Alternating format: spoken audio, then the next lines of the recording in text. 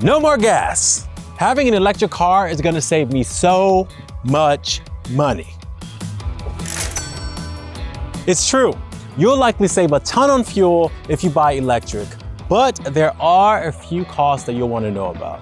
At Edmunds, we're all too familiar with the cost of owning an EV. We've bought nearly 20 of them for our long-term test fleet, and we've driven hundreds of miles in them. So together with the experts over at CarMax, we're gonna tell you all about the cost of owning an EV. To give you an idea of what to expect, we asked more than 50 real-world EV owners from around the country about what they paid for charging, charge installation, insurance, and maintenance. Curious? Let's go through the numbers.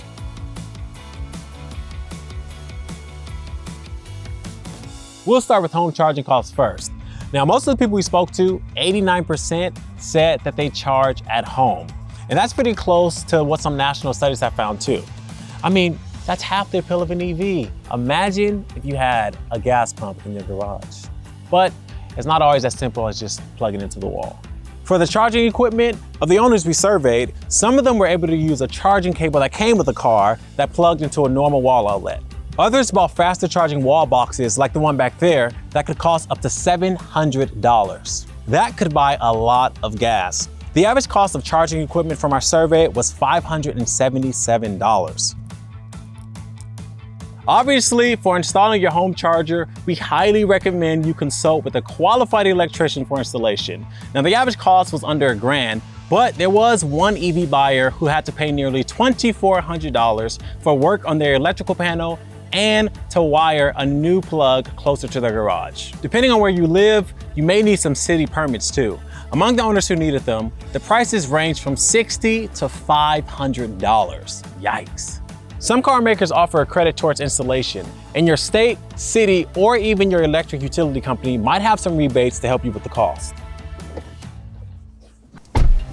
Now to public charging costs.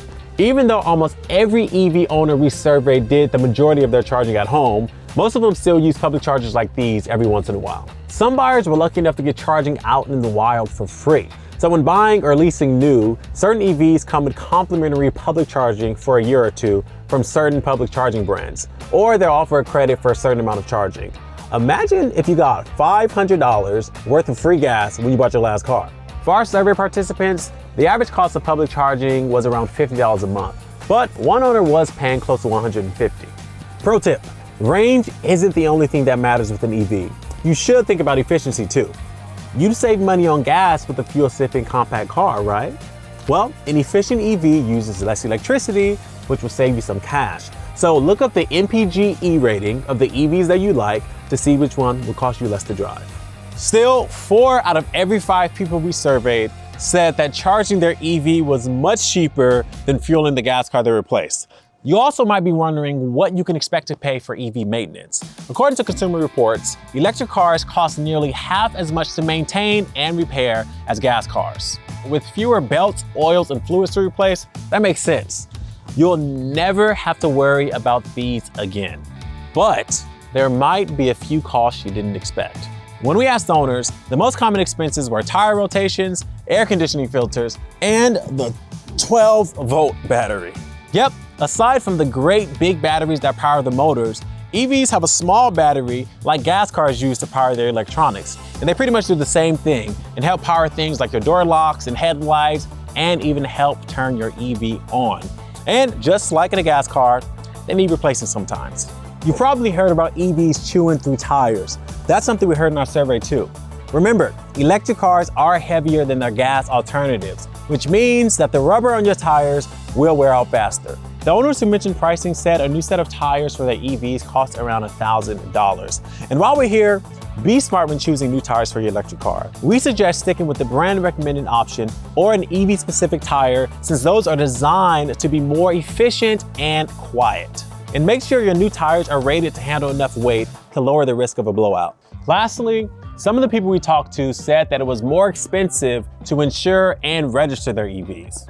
Policy Genius, an online marketplace, compared the cost of insurance for 24 popular gas-powered and electric vehicles and found that on average, EVs cost $44 more per month to insure than gas cars. But the data is skewed by 2 vehicles. The Tesla Model 3 and the Model Y are the most expensive in that group by far. The Model Y costs $100 more per month on average than the Honda CR-V. Now, the reason why is that they're more expensive to fix after an accident.